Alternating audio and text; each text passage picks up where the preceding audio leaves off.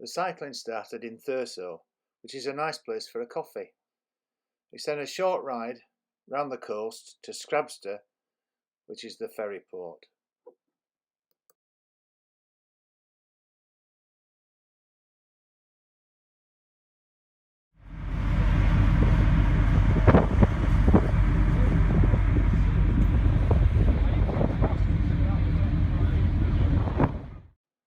The ferry goes up the west side of the Isle of Hoy towards Stromness.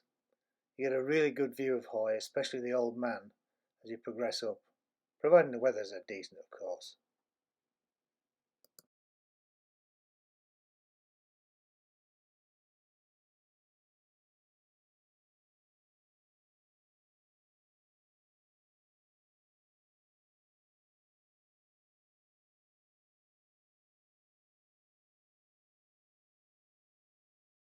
The cliffs on Hoy are spectacular, and as you round the headland into the main bay, you look to the other side, you see Stromness. This is where I was staying, and this is the campsite, viewed from the ferry.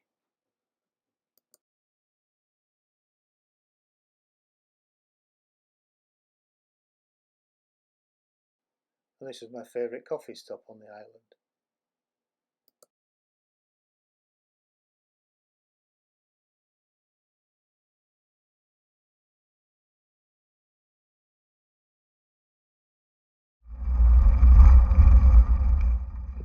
Just passing my tent.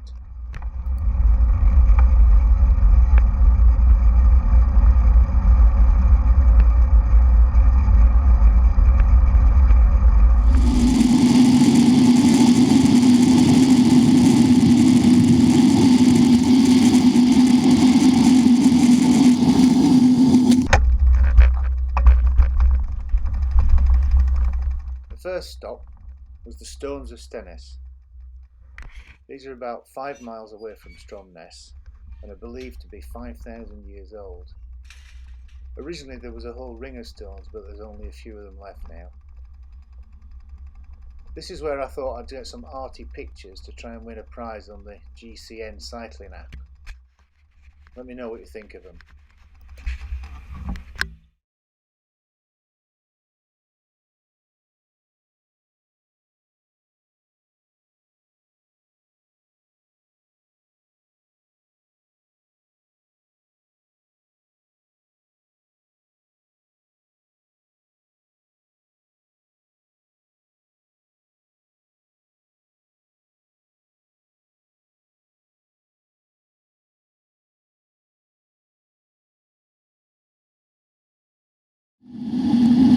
Then it's just a short hop up the road to the Ring of Brodgar.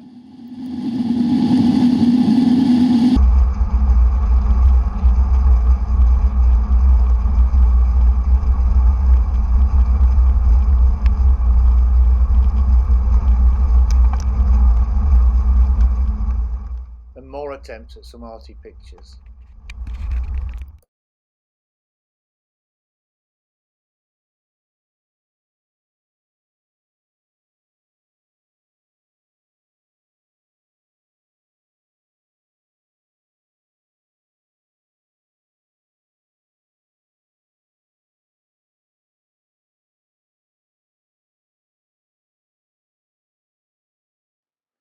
The ring is a relative youngster. It's only about 4,500 years old.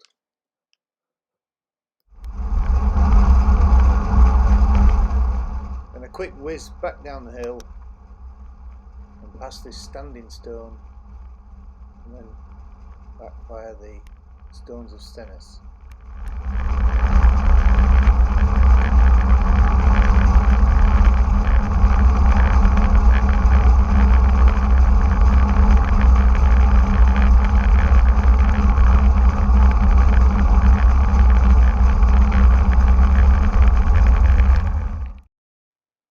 The other main feature of Brodgar is Maze Howe. This is a Neolithic tomb. Unfortunately, you're not allowed to go in without a guided tour.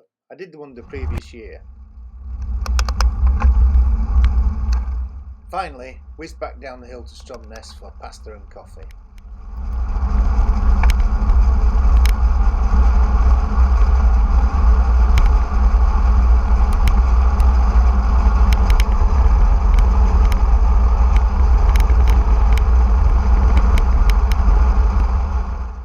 to break the speed limit as you pass over the 30 sign.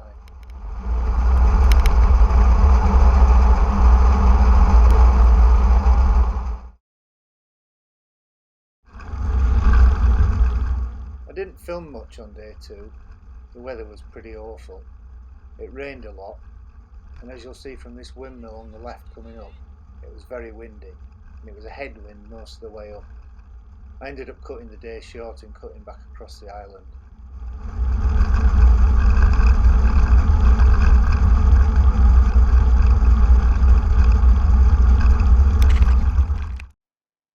I did get a few pictures of Skara Brae, which is like a settlement. Some are from this year and some are from the previous year.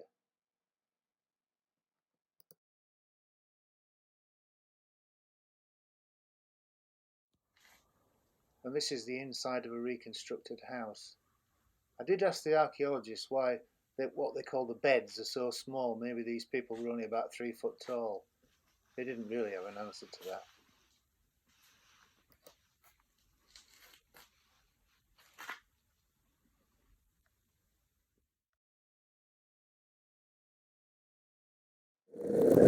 Lord Kitchener, of the famous "Your Country Needs You" posters, died off Orkney, and his ship hit a mine and then sank in 15 minutes. The weather that night was terrible, and only 12 out of the 655 men on board survived. Local people who tried to help were stopped by the Navy because the Navy was scared they might find classified documents. Kitchener's body has never been found. They decided to erect a monument to him on the cliffs overlooking where his ship sank, and this was paid for by public subscriptions. And it's a bit of a slog getting up there on the bike, I can tell you.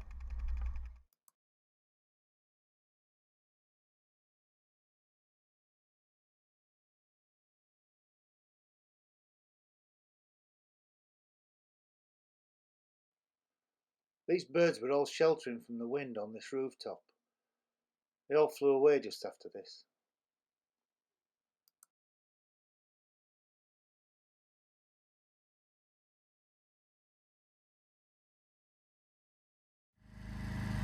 Wow, it's perfectly still here.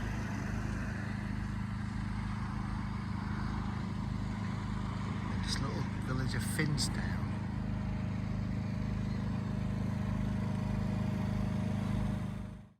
With a mobile coffee and bacon butty bar. This was on the road round to Kirkwall.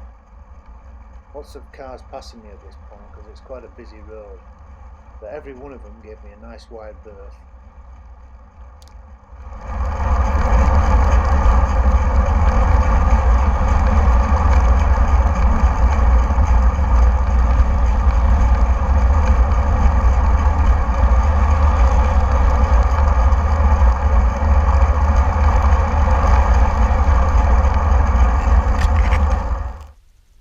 Once past Kirkwall, it's quite a lot quieter.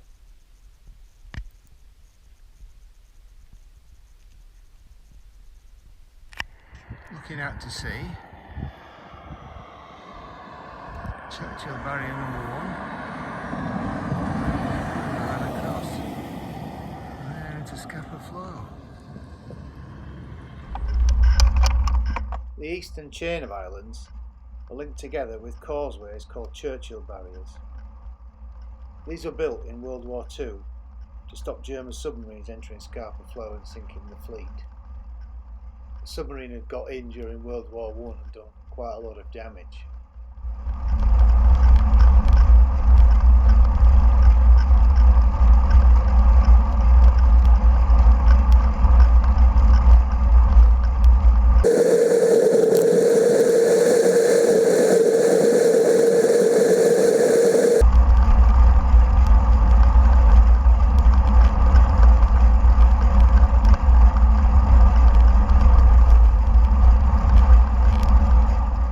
The barriers were actually constructed by Italian prisoners of war housed in this camp called Camp 60, which is quite surprising. I didn't think you were allowed to put prisoners of war to work.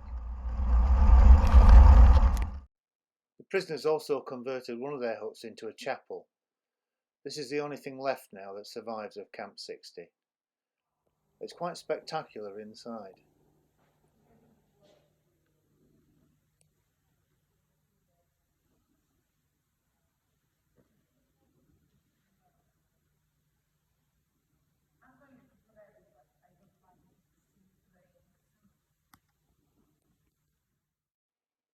I was told that some of the original wall plaques here were stolen about 3 or 4 years ago and had to be replaced.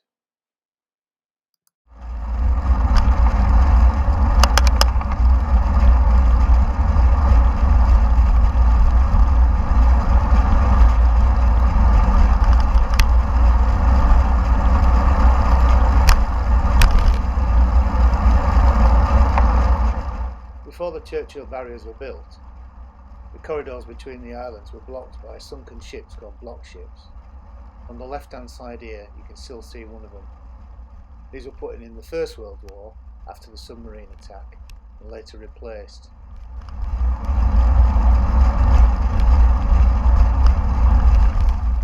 After it was captured, the German High Seas fleet was scuttled in Scarborough Flow. Some of the steel from that is now brought up and used in medical instruments because it's only steel from pre-1945 that's not contaminated by nuclear fallout from the attacks on Japan.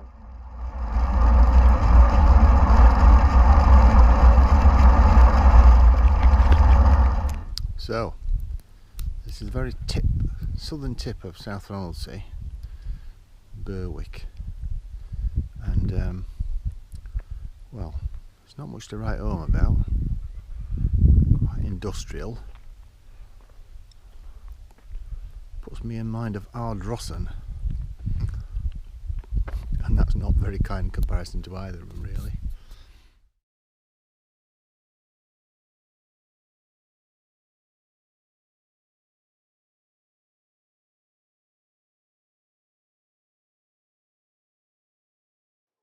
Once I was back on the mainland, I thought I'd put the tent away and have a night in a glamping pod. This was quite nice, actually.